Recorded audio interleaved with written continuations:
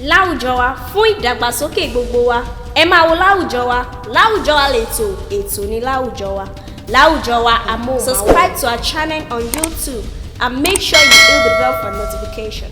Share this video with your friends and family.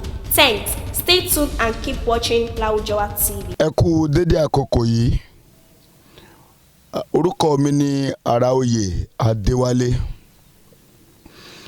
Lórí ètò Láwùjọ wa ní Ditmas TV náà la wà. A kí tọmọdé tàgbà obìnrin ọkùnrin ẹ kú àti torí Yorùbá ní bó bá tọ́jọ́ mẹ́ta tá a ríra ẹni wọ́n wí pé ẹ kú àti làwí. A kí ẹnì kọ̀ọ̀kan wa pé bó ni ọ̀dọ̀ títí yín ṣe rí ń bẹ̀ yẹn o, bó ni ibi iṣẹ́, bó láwùjọ. Mo sọ wípé láwùjọ wa ó wà fún ìdàgbàsókè gbogbo wa. Lónìí lórí ètò oríṣiríṣi ní abala ètò yìí gẹ́gẹ́ bí ẹ ti ṣe mọ̀. Ìbéèrè tí a fẹ́ gbéyẹ̀wò lónìí ó dà bí àríyànjiyàn láàrin èmi àtẹnìkejì mi. Kí n má fi ọ̀pá pọ̀lọpọ̀lọ péjò. Orúkọ mi ni Araoye Adéwálé. Orúkọ ẹnìkejì mi náà ni. I am Bayode Oluwasolamiri. Àlàfíbọ̀ la ó fi ṣe lónìí. Èdè Yorùbá àti fìtìfìtì. Èmi ó máa bá èdè Yorùbá, èmi ó máa bá lọ. Òun náà yóò máa bá èdè fìtìfìtì lọ. Torí wípé a ò fẹ́ kí ẹnikẹ́ni kí ó má ṣàlàyé rí ohunkóhun mú nínú ètò tòní. Òun náà ni yóò tébù ohun tí a fẹ́ gbéyẹ̀wò lónìí. Kí ni nǹkan tá a fẹ́ sọ gan? Okay, what we want to talk about actually is like a question, and this is it. Do you think it is good to help one another, including the family members? Is it good to help one another? I mean the people around you and the family members. Do you really think it is good? Ṣé o rò pé ó dáa láti máa ràn yàn lọ́wọ́ pàápàá jùlọ ẹbí wa, àwọn fámìlì wa, òní omi báyìí ẹbí wa. Ó níbi tó ń fi sí, ó dẹ̀ níbi tí èmi fi sí. Ṣùgbọ́n ẹ jẹ́ ká kọ́kọ́ wo view títí ẹ̀ ní ipa ṣé ó dára láti máa ran ẹbí wa lọ́wọ́. Yes, of course, I will support the argument that it is good to help one another, including your family members. Why did I say that? Okay, the reason is that, do you know that when you help others, you feel good, and there is this kind of feelings of happiness that comes from you? Yeah, I don't know if you've experienced that before, but before we proceed, I would like to tell you that which of the two that actually comes forth between your family members and the individual around you. Okay, I would rather suggest that you should go for your family members. Why? Yeah, because it will not speak good of you when we are actually hearing about the fact that you help people, like you help outsiders, you render help to them, and your family members, they need your help and you could not do anything. Oh no, that is not done. So I would rather suggest that you render help to your family members that are in need of you, and you are in the best position to do that. I would rather support the motion that you help your family member first. That this is to say that family members come first before outsiders. Ẹ mà ṣe ó wí títí ẹ̀ mo gbọ́, bó tẹ̀ jẹ́ wípé mo máa fẹ́ kó dúró lórí abala kan, mi ò ní fẹ́ kó máa fò káàkiri. Èmi náà sọ wípé kò dára láti má máa ran ẹbí èèyàn lọ́wọ́, torí ẹbí ẹni lẹbí ẹni, ẹbí ẹni lẹbí ẹni. Àmọ́ tá a bá ń sọ̀rọ̀ lórí ìrànlọ́wọ́ pé oríṣiríṣi. màá fẹ́ kí Ṣọlá sọ fún yín ibi tó ti ń sọ̀rọ̀ torí èmi náà níbi tí mo fẹ́ dúró lé lórí ìrànlọ́wọ́ ó póríṣiríṣi lọ́dọ̀ ti tèmi àwọn ìrànlọ́wọ́ kan wà tó jẹ́ wípé a ò lè ṣe fún ẹbí ẹni torí wípé oko kì í falágbàro ẹni tó lóko lóko ń fẹ́ oko kì í fẹ́ alágbàro ẹni tó ní oko lóko ń fẹ́ ṣebí Yorùbá sọ wípé bógun ilé ò bá ti pa ni tòde ò lè pààyàn èmi ò ní ká má ran ẹbí lọ́wọ́ ṣùgbọ́n ìrànlọ́wọ́ ẹbí ó yẹ kó wà níwọ̀ntúnwọ̀nsì. Ṣọlá ibo ni o ti ń sọ̀rọ̀ ń bẹ̀ eré àwo ni o ti fẹ́ kán ran ẹbí lọ àbí gbogbo ọ̀nà kémi tó fẹ̀yìn bẹ́lẹ̀. Okay, well, the help that I'm talking about here is not, there is no limitations to it. Like, there is no limitation. So the rendering of help can be of any aspect. So be it physically, spiritual, academically, financial, and the likes. Any area that your family member need your help, render help to them. There is no specific aspect that I'm talking about. Ṣọlá jẹ́ kí n bẹ́ẹ̀ béèrè kan. Jẹ́ ká gbà wò pé mo ní iléeṣẹ́ nìsín tí iléeṣẹ́ yẹn ti dàgbà. As in tó ti dàgbà iléeṣẹ́ ńlá ni. Tó jẹ́ wípé àwọn tó ń ṣiṣẹ́ ń bẹ̀ wọ́n pọ̀ rárá wọ́n lọ bí 100 workers. Now ìkan nínú àwọn ẹbí mi wá ti ṣetán ní school ó dẹ̀ ń wáṣẹ́. Now ṣé nǹkan tó ń sọ ni wípé bẹ́bí mi ṣe ń wáṣẹ́ yẹn tí mo dẹ̀ ní iléeṣẹ́ ṣé kí n gbà á sí iléeṣẹ́ mi ni àbí kí n wá owó fún un kó lọ fi bẹ̀rẹ̀ iṣẹ́. Of course, yes, you should accept the person since you have a company and the person can be of help. So if you give the person money, obviously the person is going to spend the money, like it will finish. The money will finish. So why can't you just be of help in taking the person to one position in your company, and from there you will start. Ṣọlá ò ní já kó lórí ètò lónìí o. Ṣọlá kò rí bẹ́ẹ̀. Jẹ́ kí n fi àwọn kankan hàn. Gbogbo iléeṣẹ́ kọ̀ọ̀kan ló máa ní the do's and don'ts. Àbí? Now, ó yẹ kí jẹ́ ká ti bí ìbẹ̀rẹ̀, ó yẹ kí a good worker kó máa dé ibi iṣẹ́ láago 8. As in pé ibi tó ti máa sign ni pé àwọn délé ní o ó pẹ́ jù 8:10 ó yẹ kán ti débi iṣẹ́. Ṣé ìwọ ò rí wípé tó o bá gba àbúrò ẹ tàbí ẹ̀gbọ́n ẹ as in family ẹ kan síbi iṣẹ́ yẹn ó rí wípé a máa ṣèṣe pé bọ̀dá mi tàbí àbúrò mi ló níbi iṣẹ́ yìí, which means a fẹ́ máa dé ní àkókò tó wù ú. Now bó ṣe lè fàyà ara àta tó o bá fẹ́ kí iléeṣẹ́ yẹn collapse, my dear, don't try it pé o máa fàyà àbúrò ẹ tàbí ẹ̀gbọ́n ẹ torí paint tó máa fi kùn ẹ́ níta ò ní láìkẹ́. Kí ló rí sí yẹn? Well, as you said earlier, that the company has the do's and don'ts, and I think that before you can accept your brother or whatever position he or she holds, I mean, you would have told him or her that, okay, this is how we are going to operate our company. I understand the fact that there are some family members that they are difficult to understand. Yes, we have them. But so far you say that we have do's and don'ts, we have rules. So, and if there is rules, there is no, in these rules that guides the company, no family members, and, the person just have to abide with the rules. Ṣọlá tó bá ti dá iléeṣẹ́ tiẹ̀ sílẹ̀ má fi ta tẹ́tẹ́ o, kò work out, kò kí máa ń work out bẹ́ẹ̀. Most cases.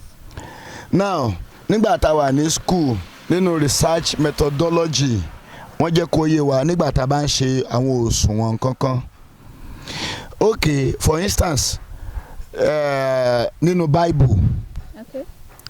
Wọn kì í sábà máa ń reckon pẹ̀lú obìnrin, wọn sọ pé obìnrin ò ń ṣe èèyàn o, but wọn kì í máa ń ka obìnrin.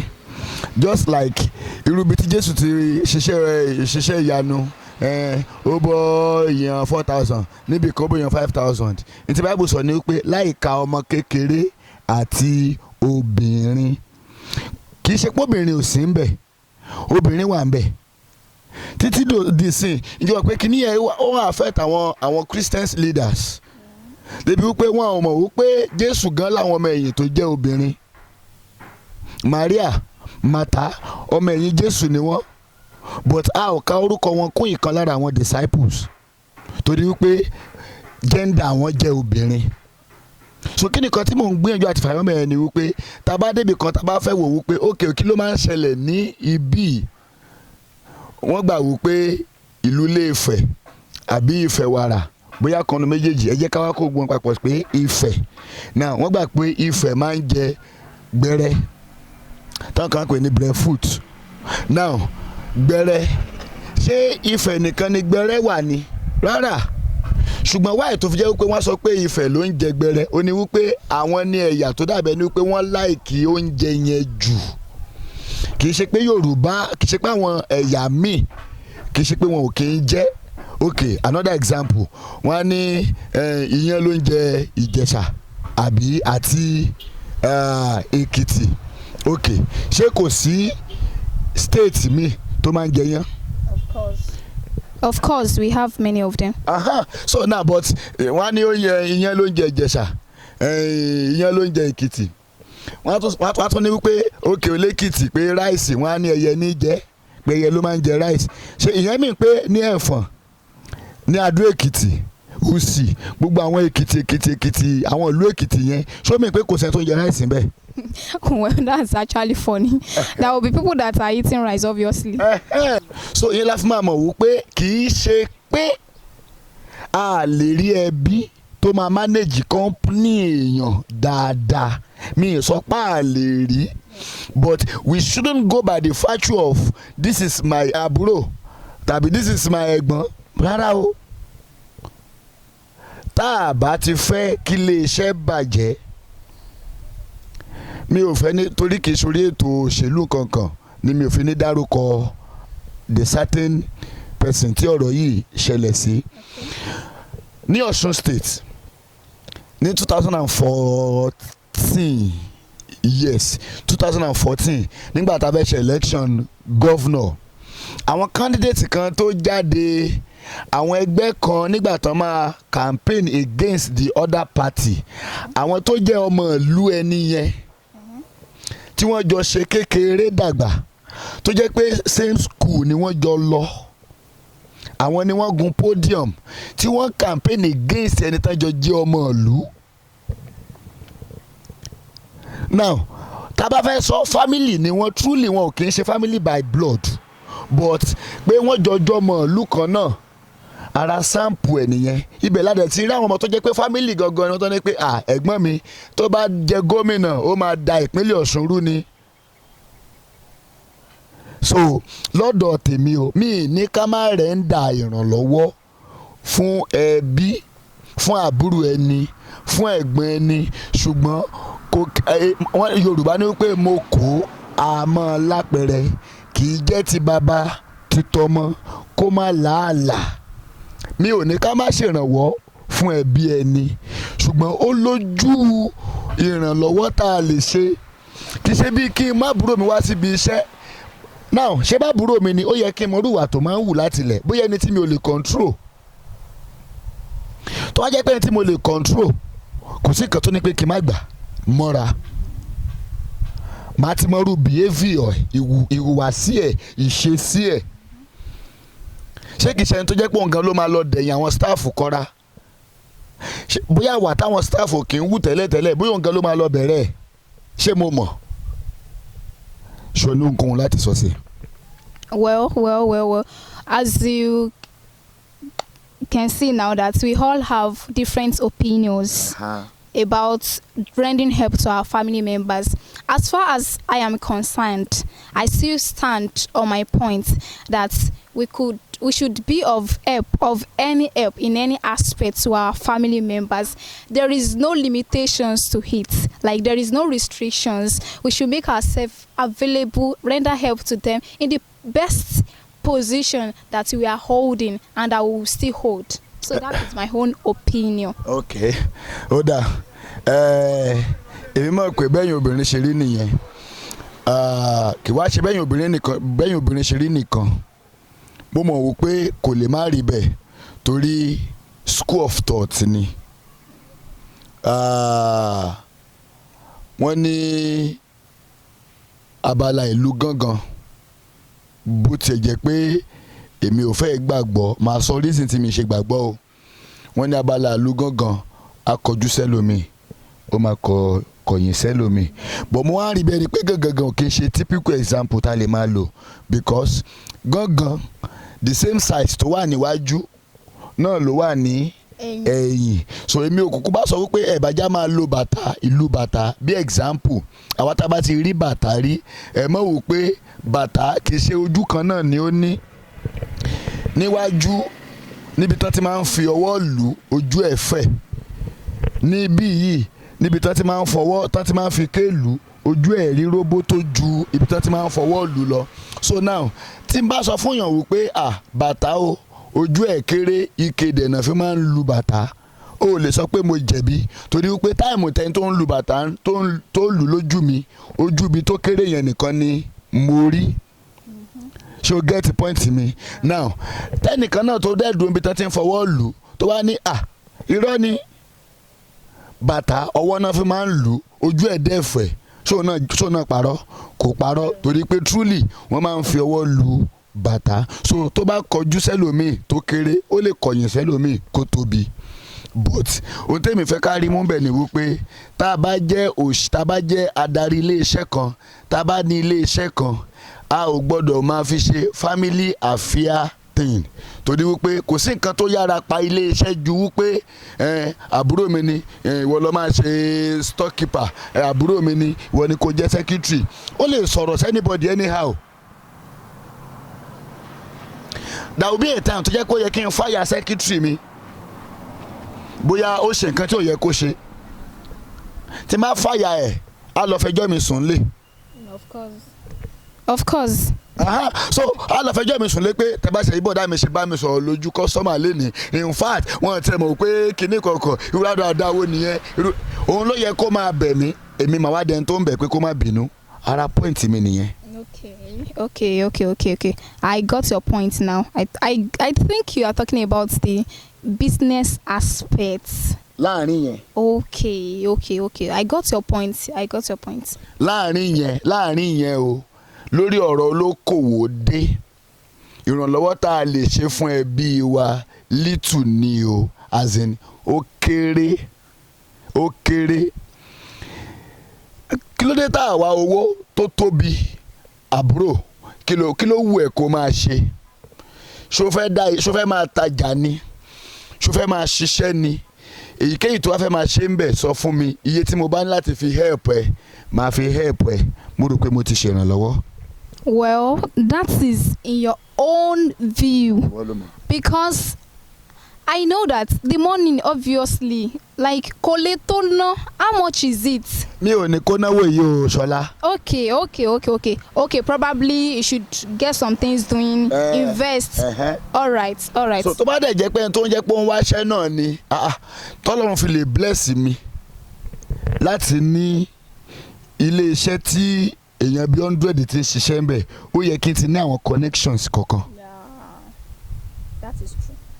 So instead tí màá fi ní kó máa bọ̀ nílé iṣẹ́ tèmi ó yẹ kí n láwọn ọ̀rẹ́ kọ̀ọ̀kan náà táwọn náà nílé iṣẹ́ màá kúkú sọ pé kó lọ submit CV ẹ̀ sọ́dọ̀ ọ̀rẹ́ mi so òun máa mọ̀ pé tó bá débẹ̀ yẹn kò ní fi iṣẹ́ ẹni yẹn tàfàlà tó bá dẹ̀ ní problem pẹ̀lú ẹni yẹn kò sí nǹkan tó kàn mí jù pé lẹ́ẹ̀kọ̀ọ̀kan mo kàn lè ní ọ̀rẹ́ jọ̀ọ́ má bínú but torí pé mi náà mọ̀ the nitty gritty nǹkan tó guide business tí mi ò dẹ̀ ní fẹ́ kí business ọ̀rẹ́ mi kú ìwọ̀nba náà ni nǹkan tí màá lè dá síbẹ̀ mi ò sọ pé ká má ran ẹbí wa lọ́wọ́ àwọn ìrànlọ́wọ́ kan wà òun ló ṣàkóbá fún iléeṣẹ́ mi.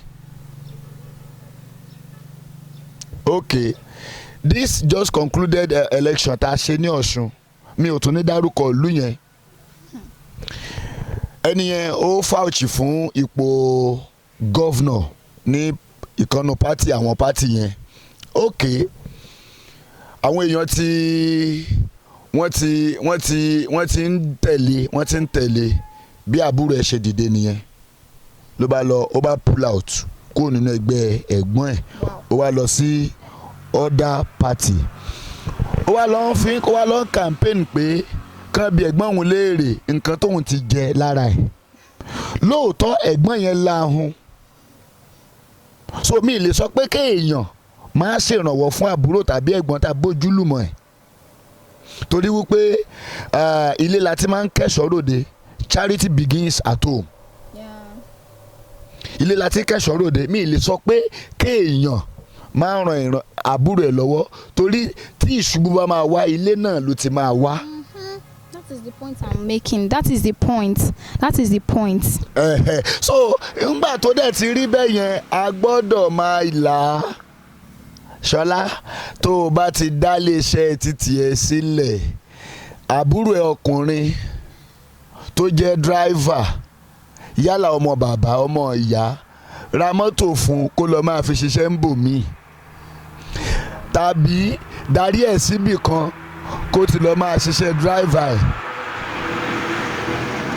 Ó lẹ́ni tó lọ study computer engineer, ó wá fẹ́ hold the engineering department níbi iṣẹ́, ó fẹ́ wá hold ẹ̀. Instead tí wàá fi fún un níṣẹ́, fi líǹkì tó ti ní bá a wáṣẹ́ síbò míì. Wo bí kò ní dáa kí ẹni tó ti gbọ́n rí wá di òmùgọ̀, kí àwọn tí ò gbọ́n rí wá máa kọ́ òmùgọ̀. Point ọ̀rọ̀ tèmi máa ń sọ nìyẹn. Wọ́n á ní kò bá má gbà náà, èèyàn ló wá gbàgbọ́ tó báyìí, torí wípé ẹni tó bá lóko máa ń fẹ́.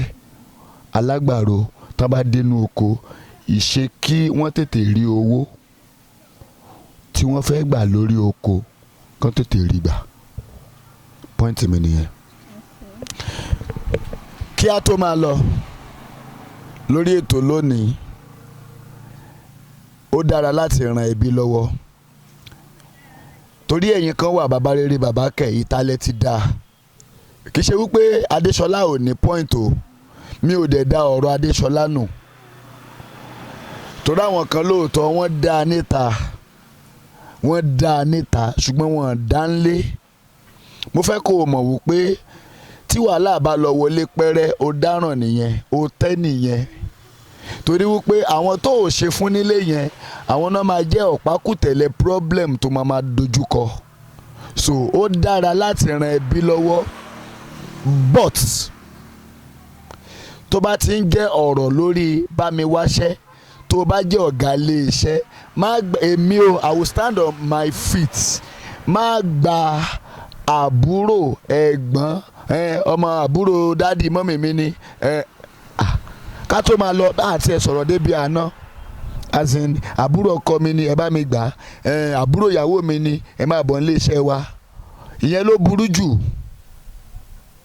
torí fíà pé àná mi ni ó máa wà ń bẹ̀, tó bá ṣẹ̀ ó máa wá di aṣẹ̀mọ́lù. Ẹran kábíyèsí, ṣògbówó yẹn rí, ṣògbó Yorùbá yẹn rí, aṣẹ̀mọ́lù ẹran ọba. Please, can you help us to clarify that point, like that proverb? Okay, aṣẹ̀mọ́lù ẹran ọba. Ẹja fi ọba olókìkí kan, ẹja fi ṣàkàwé látijọ́. Ó ní ẹran tó máa ń jalè, torí Yorùbá sọ pé ẹran ẹni kì í rorò, ká dẹ̀ mọ olówó ẹ̀ ká tún lù ú. Ṣé rí òwe yẹn sìn? Ẹran ẹni kì í rorò, ká wá tún mọ olówó ẹran, ká wá tún lù ú. Torí pé o mọ̀, torí tó bá ti na ẹran yẹn bí ìgbà tó jẹ́ wípé ẹni tó ní ẹran òun ni òun lù. So aṣẹ̀mọ́lù ẹran kábíyèsí ibi tó ti bá a mú jù ó ní ọ̀rọ̀ alánà dé. Now ó ti lọ́kọ ńsìn, àbúrò ọkọ ẹ̀ ó ń wáṣẹ́, ó dẹ̀ nílé iṣẹ́, ó wá gbà síbẹ̀. Má gbàgbé o, pàápàá jùlọ mi mọ àṣà ti ẹ̀yà mi bọ àṣà Yorùbá, àbúrò ọkọ ẹ̀ ní í ṣe. Ṣọlá, àbúrò ọkọ ẹ̀, a lè sọ pé civilization la wà, ayé ti lajú nǹkan kan, still àṣà Yorùbá ò tí ì parẹ́ o. Tó bá 35 tí àbúrò ọkọ ẹ̀ bá jẹ́ 15, torí pé wọn tójú ẹ̀ bí bọ̀dá ló máa pè é. Ṣé o mọ̀ yẹn? Bẹ́ẹ̀ni. So now tó bá wá dàgbà tó wá gbaṣẹ́ nílé iṣẹ́ ẹ̀, a ní ìyàwó bùrọ̀dá mi ló níṣẹ́ yìí. Ibi tí wọn kì í jókòó sí ó máa jókòó síbẹ̀. Orí fúláwà tó yẹ kán máa gé kán máa wẹ́ẹ̀tì òun ni ò ní ṣe, torí wípé bọ̀dà lágbájá ni, bóyá Kúnlé lórúkọ ẹ̀, bọ̀dà Kúnlé wà tún máa fi style, wọ́n ló ń sanwó oṣù fún, wọ́n ló ń fún lówó oṣù.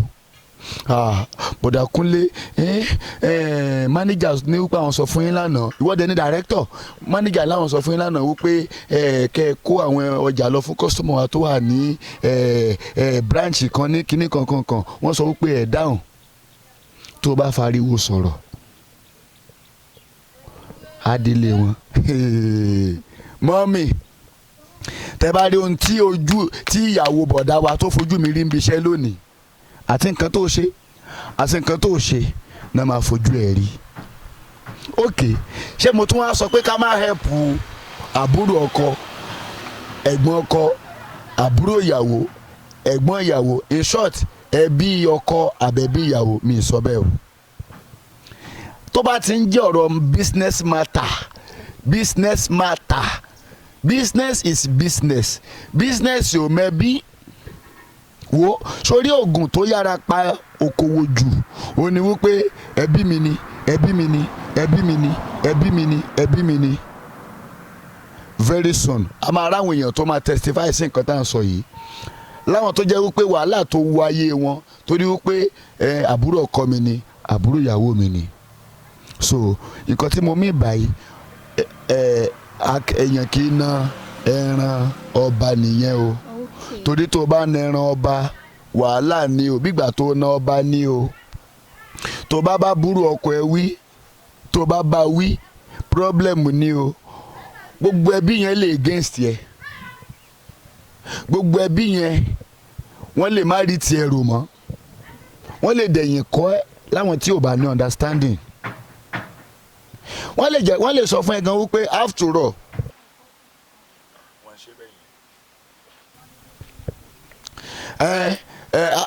wọ́n lè ní after all owó tó fi kúkú ṣe company yẹn tó fi ń ṣiṣẹ́ yẹn bọ̀dá wa ló kó fún. That part is actually funny. Company tó jẹ́ pé ó ti bẹ̀rẹ̀ kó tó marry. My money, seriously. So mi ní ká máa ràn yàn lọ́wọ́, ká ràn ẹbí, ká ràn ará àta lọ́wọ́ ó dára. Ká tó máa lọ, àwọn tí ò wá kúkú ràn ẹbí, tí ò ràn ará àta lọ́wọ́ ńkọ́, kí ni ká ṣe sí i? Well, that is very sad, or that is very bad to hear. Like, it's not good if you, that is what I just said earlier, that if you are in the best position to help anybody, please render help to them. Don't wait till they come and meet you for help. If you have those things that people lack, please render help to them. Because do you know the funniest part is that when you are happy and the people around you are happy, there will not be any grudges that, okay, I want to kill this person. It is not until you hold gun that you will kill a person. They can kill you like so it is better to make people around you happy so that you can be in the good condition, every one of you. And okay, another thing that matters most when you help others is that sometimes you feel happier than the recipients of the good that you have done. Inú tiẹ̀ gan máa dùn ju ẹni tó ràn lọ́wọ́ lọ, because there's this kind of feelings that you feel on top of the world that, oh, I actually did this, and you can do more. So in conclusion of what we have seen, it is good to help. It is good to help. It is good to render help to your family members. But Araoye is being specific about a particular aspect, which is in your business aspect. Má fi òwe ṣeré o, má fi òwe ṣeré o. Kó wá jẹ́ pé wàá kó gbá wọlé. Please and please, when it comes to business, know that this is business. Ẹ má fi pé tara alé mi lélẹ̀, ẹni yìí àbúrò mi ni, ẹni yìí àbúrò ọkọ mi ni. In order to what? To advance your business. So you need to what? To know the do's and don'ts, and you must apply it to everybody. Ẹ ṣe ebi tó ti sọ fìtìfìtì nǹkan torí àwọn ìyá wa nílé. Ṣòro oore tó o bá ṣe, oore tó o bá ṣe, ìjọ mọ̀ pé ara ẹ̀ náà ló ṣe fún. Ìdí ni pé inú ẹ̀ á dùn, inú ẹ̀ máa dùn. Sórí tó bá ń ṣèkà tó ń rẹ́rìn, ó ń ṣe èèyàn mọ́, ó ti di nǹkan míì. Ó ti di nǹkan míì, èṣù ń gbénú ẹ̀. Ẹ̀mí àìmọ́ ó ń gbénú ẹ̀. Tó bá ń ṣoore, tó ń ṣoore, inú ẹ̀ máa dùn. Pé imagine kó jẹ́ pé Ọlọ́run bless ẹ, àwọn ọmọ tó ń fẹsẹ̀ gbálẹ̀ káàkiri àdúgbò, ó mú kìíní lọ school, ó sanwó ẹ̀. Ọmọ tó lọ bí iṣẹ́ tí wọ́n lé kó ń bí iṣẹ́, ó lọ bí iṣẹ́ ni, ẹ̀mí ìrówó ra irinṣẹ́ ni, ó ra irinṣẹ́ fún un. Ó mọ̀ wípé ọ̀rọ̀ ẹ náà máa sọ kiri ń gbòòrò, wọn dẹ̀ ní ever ṣe bí sí ẹ. Now ẹni tó yẹ kó fún lóúnjẹ tó fún lóúnjẹ, ó ti hùwà apànìyàn, torí nǹkan tí Ṣọlá ń sọ nìyẹn. Ẹni tó yẹ kó tọ́jú tó tọ́jú, ó ti hùwà apànìyàn. Ẹ̀yin kan dẹ̀ wà àṣehàn báyìí jẹ́, àṣehàn fọ́ orí yín, ṣe kárí mi. Ẹlòmíì tó bá tí gbogbo nǹkan tó ń ṣe yẹn tó bá tí lọ kéde ẹ̀ lórí rédíò, kéde ẹ̀ tó bá jẹ́ Christian, tó bá tí fi sọ̀rọ̀ lórí ọ̀tà pé ẹ dúpẹ́ lọ́wọ́ ẹ̀dá alágbájá àwọn náà ṣe lè fún chọ́ọ̀chì, inú ẹ̀ ò dùn. Táyà pé mosque ni ẹlòmíì lè lọ bá lè mọ̀ mú mosque pé ẹjọ́ kán lè mọ̀ páwà lára àwọn àgé tó fi ń kírun yẹn, ẹ bá wa kọ orúkọ wa sí ara àgé. Èmi ò ní kò dà bọ̀, èmi o personally mo ta ko àwọn kinní kan, mi ní dárúkọ àwọn ìjọ bọ̀yìn náà ti máa rí àwọn chọ́ọ̀ṣì kan tẹ́ bá débẹ̀ ẹ máa rá àwọn àga kan láti ọdún 1990 gbọ̀ngàn. Àga yìí ẹbí lágbájá ni ó mú wá, what rubbish. Kán lè mọ̀ pé wúlò àbí. Sórí oore tó o bá ti ṣe tó o fẹ́ kọ́wọ́ kejì mọ̀, tó o fẹ́ kéèyàn mọ̀, ó ti gba orí ẹ̀, àsìn èrè tó wà lórí ẹ̀ ó ti gbà á. Báìbù tí mo nígbàgbọ́ nínú ẹ̀ sọ wípé ó ní nǹkan tọ́wọ́ tún ẹ bá ń ṣe, wò bí kọ́wọ́ sí ẹ má mọ̀ sí, nítọ́wọ́ sí ẹ bá ń ṣe kọ́wọ́ tún má mọ̀. Bọ̀ ẹ̀yìn ọwọ́ tún ní kankan ló máa mọ̀, gbogbo àgbáyé ló hàn pé ó ṣoore fún yàn, kò yẹ kó rí bẹ́ẹ̀ o. Wá lọ cultivate habit of helping. Mọ bí wọ́n ṣe ń ràn yàn lọ́wọ́, mọ bí wọ́n ṣe ń ṣoore, mọ bí wọ́n ṣe ń ṣàánú. Ǹjẹ́ ẹ ti fẹ́ jẹun rí tó ronú àwọn tí ò tí ì rí jẹ? Ṣé o ti rò rí? Ó dára láti máa ṣe ìrànlọ́wọ́.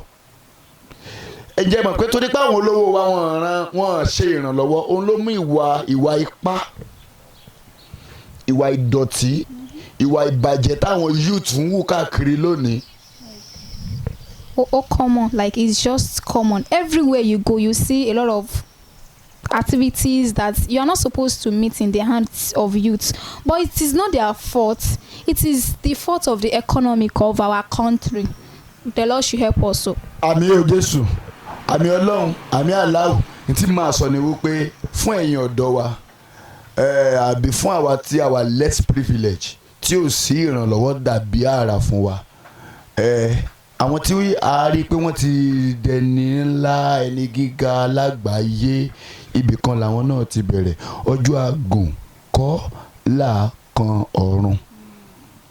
Ṣé rí ilé tẹ̀ ń wò yẹn, ọjọ́ kan kọ́ ni wọ́n kọ́.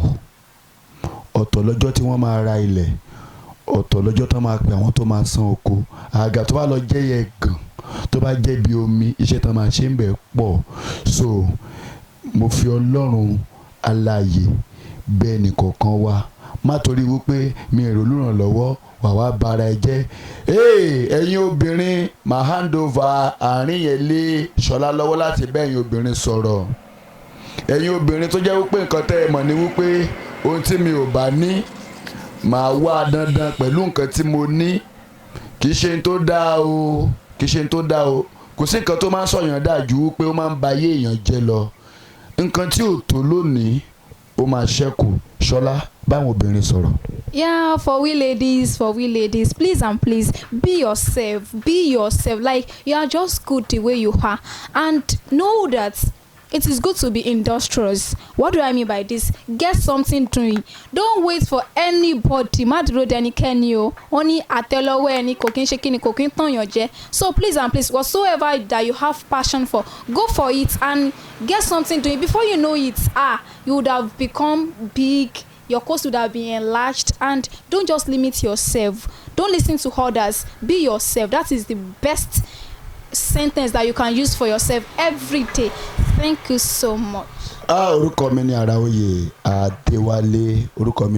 Adéwálé Ditmas television tẹ̀síwájú ẹ jọ̀ọ́ ẹ bá fi àwòrán yìí ránṣẹ́ káàkiri sí ọ̀rẹ́ ojúlùmọ̀ ẹ dákun ní channel wa ní YouTube ẹ gbìyànjú ẹ kàn bá wa ṣàgbọ́wọ́ lé subscribe yẹn ẹ bá subscribe ṣe rí ní ẹgbẹ́ kejì níbi tẹ́ ti subscribe yẹn notification bell kan wà níbẹ̀ ẹ̀yẹn kan ṣáà hit ẹ̀ tẹ́ bá ti hit ẹ̀ ìyẹn máa jẹ́ kẹ́ ẹ mọ gbogbo ìgbà tá bá ti ń fi fídíò ránṣẹ́ ẹ̀ nílè máa miss any of our videos now kí n tó wá máa lọ ẹ fáwa náà ló ń jẹ ẹ fún wa ló ń jẹ o ẹ má jẹ́ kí ebi pa wá o báwo lẹ ṣe lè fún wa ló ń jẹ báwo lẹ ṣe lè ràn wá lọ́wọ́ bóyá ẹ ní ohunkóhun tẹ́ fẹ́ polówó ẹ ní program tẹ́ fẹ́ ṣe bóyá ẹ ní program tẹ́ fẹ́ ṣe bóyá ẹ lóhunkóhun tẹ́ ṣáà fẹ́ ṣe fún iléeṣẹ́ fún church fún mosque ẹ wo bí ọ̀rọ̀ ẹ̀sìn kọ́ ọ̀rọ̀ political party kankan kọ́ gbogbo ẹgbẹ́ lèmi ṣe o APC member lèmi báyìí Labour ni mí PDP ni mí akọ́dù gbogbo ẹgbẹ́ pátá now when it comes to religion náà gbogbo ẹ̀ náà ni o ó ti yé nsìn so a fẹ́ kẹ́ ẹ̀ fáwa náà ló ń jẹ káwa náà lè ba lè ju báyìí lọ ó yẹ kẹ́ ẹ lè encourage wa náà àbí ẹ ṣáà kọ́kọ́ sọ wípé ká má bẹ̀rẹ̀ á dẹ̀ ti bẹ̀rẹ̀ náà ó yẹ kẹ́ ẹ lè encourage wa thank you ká tó máa lọ lẹ́ẹ̀kan sí orúkọ mi ní Àràoyè Adéwálé ẹ jẹ́ kí Adéṣọlá náà kó náà kí yín kó dẹ̀ dárúkọ rẹ̀ fún yín. I still remain my humble self, Bayode Oluwashola. As he has said, please and please don't forget to press the subscribe button and the notification bell so that when we upload our new videos, you can get notified. Thank you.